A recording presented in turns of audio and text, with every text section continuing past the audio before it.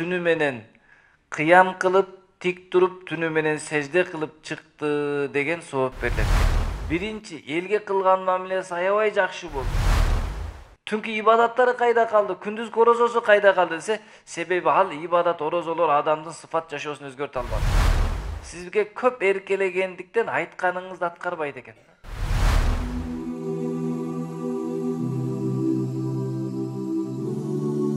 Bismillahirrahmanirrahim. وَالَّذِينَ يَبِيتُونَ لِرَبِّهِمْ سُجَّدًا وَقِيَامًا وَالَّذِينَ يَقُولُونَ رَبَّنَا اصْرِفْ عَنَّا عَذَابَ جَهَنَّمَ إِنَّ عَذَابَهَا كَانَ غَرَامًا إِنَّهَا سَاءَتْ مُسْتَقَرًّا وَمُقَامًا. صدق الله العظيم. Өткөндө айтып жатканбыз Аллах Тааланын сүйүктүү кулдарын сыфаттарын. Ошонун биринчи сыфаты айтылып, экинчи сыфатына келгенбиз. Биринчи сыфаты сүйүктүүнүн кулдары жерде жумшак жүрүшөт. Жана жахилдер, адепсиздер ага кайрылганда аларга салам деп жакшы жооп беришет.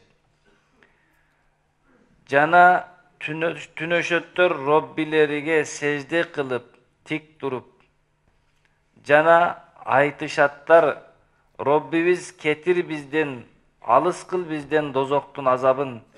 Албетте дозоктун азабы ал түбөлүктүү. Албетте дозок азабы эң жаман орун жана мекен.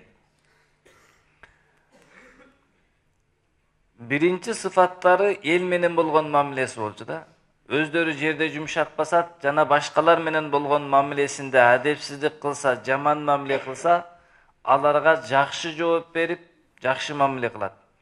Экинчи сыфаты Роббилери менен болгон мамилеси жакшы болот. Түнөшөттөр Роббилерине сежде кылып жана кыям кылып дейт. Хасан Басир рахматуллахи алейхи ушул аятты окуганда айтат эле да. Алланын сүйүктүү кулдарынын күндүзгү абалы эл менен болгон мамилеси жакшы болот. Ал эми түнкү абалы өзүнүн кожоюну жараткан Аллах Таала менен болгон мамилеси жакшы болот деп айтат эле. Түнү менен түнөшөттөр Аллах Таалага сежде кылып, кыям кылып дейт.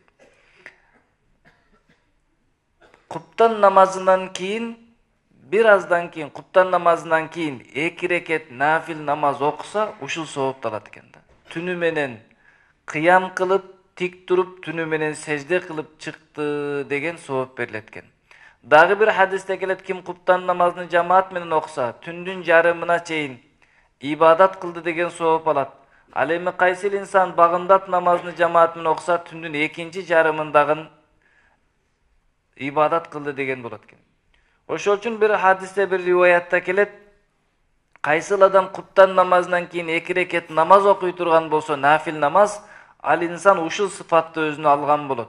Тагыраак айтканда, түнү Роббисине сежде кылып, кыям кылып өткөргөн болот.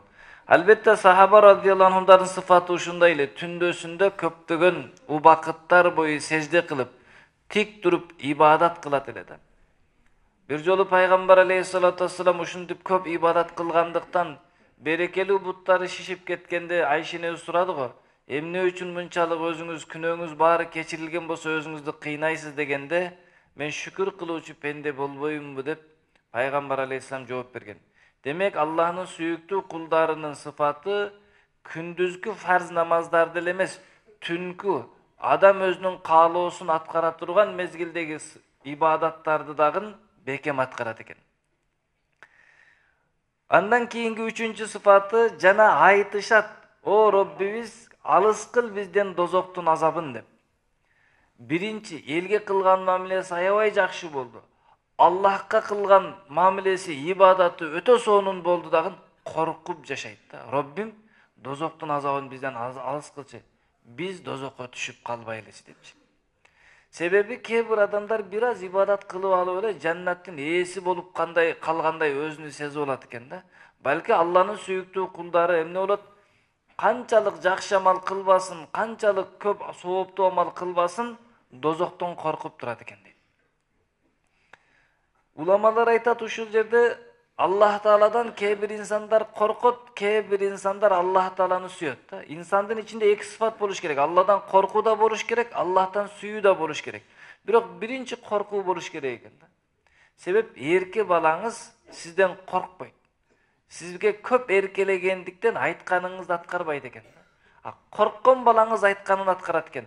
Allah'tan korkkan insanlar Allah'ın buyruğunu atkarat. Emne üçün? Sebebi atkarbasam azapka düşüp kalam dep korkup durat deydi. Жашоодо өзү birinci Allah менен болгон мамилени оңдош керек. Экинчиси эл менен болгон мамилени оңдош керек. Биринчи Allah'ın алдында жакшы ибадат кылып, жакшы имандуу болуш керек. Экинчи эл менен болгон мамилени оңдош керек. Бирок бул аятта биринчи эл менен болгон мамилени биринчи, Allah менен болгон мамилени экинчи койду да. Себеби Allah менен мамилеңиз канчалык жакшы болбосун, Allah менен болгон мамилеңиз канчалык жакшы болбосун, эгер ошол мамилеңиз элдин алдына чыкпай турган болсо, эч ким баалабайт.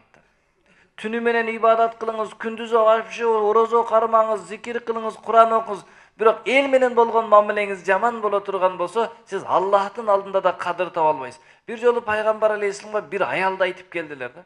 Аллахтын элчиси, бир аял бар. Ал аял түнү менен тахажжуд намаз окуйт. Күндүздө орозо тутат. Аябай эми ибадат жагына келгенде өтө күчтүү. Бирок кошуналарына тили менен аза жеткизет, кошуналарына капа кылып турат. Тили ачуу дегенде пайгамбар салам дозоку деп айтты.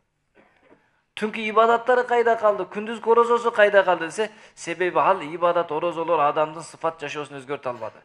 Ошондуктан элди мусулмандардын сыфатыны көрүш үчүн ел менен болгон мамилесини биринчи коюп койду да.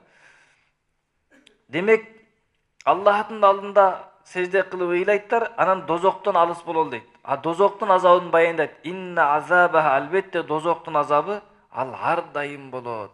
Дозокко калып калгандар, ыймансыздар дозокто түбөлүктүү калат, дозоктун азабы эч качан азайбайт. Күндөн күнгө көбөйөт. Дозокко түшкөн инсандарды Аллах Таала ушундай чоң кылып жаратат, дозоктогу адам көбүрөөк азапталсын үчүн да. Жаннатка кирген адамдардын дагы дене келбетин чоңойтот, көбүрөөк рахат алсын үчүн. Дозокко түшүп калгандардын дагы келбетин Аллах Таала чоңойтуп салат, көбүрөөк күйсүн, көбүрөөк азапталсын үчүн. Албетте дозок эң жаман орун жана эң жаман мекен. Себеби дозокко барып түшүп калганды адам ошондо билет да. Ошол үчүн урматтуу бир туугандар, адам дозоктон коркуп жашаса, дүйнөдө түз жашайт. Караң, жашоодо бир жакшы эреже, туура жашаш үчүн жердин үстүн ойлобой, жердин астын ойлош керек экен да. Жердин үстүндөгү учуруңду ойлобой, мен жердин астына түшкөндө ушул сөзүмө кантип жооп берем? Кабырга түшкөн мезгилде, жердин астына кирген мезгилде ушул ишиме кантип жооп берем деп жашаса, туура жашайт экен. Урушпайт, талашпайт, алдабайт, уурлук кылбайт, кыянат кылбайт, гыйбат кылбайт, ушак кылбайт. Бардык жаман иштерден сактанат. Не үчүн? Качып барсаң көп кабырга барасың, андан ары бара албайсың да. Ошол үчүн жердин бетин ойлоп жашагандар не кылат экен? Уурдайт. Эми өлүп калганга чейин жашап туруш керек. Ушак айтат, алдайт, зулум кылат, кыянат кылат. Не үчүн? Ал жердин астын ойлобой эле. Ошол үчүн эмне кылыш керек экен? Алланын сүйүктүү кулдары кабырды, кыяматты, дозокту элестетип жашайт экен да, көз алдына. Бул дүйнөдө турат, ибадаттарды кылат, бирок дозоктон элестетип ошодон коркуп жашайт экен. Аллах баарыбызга ошого амал кылганга мүмкүнчүлүк берсин.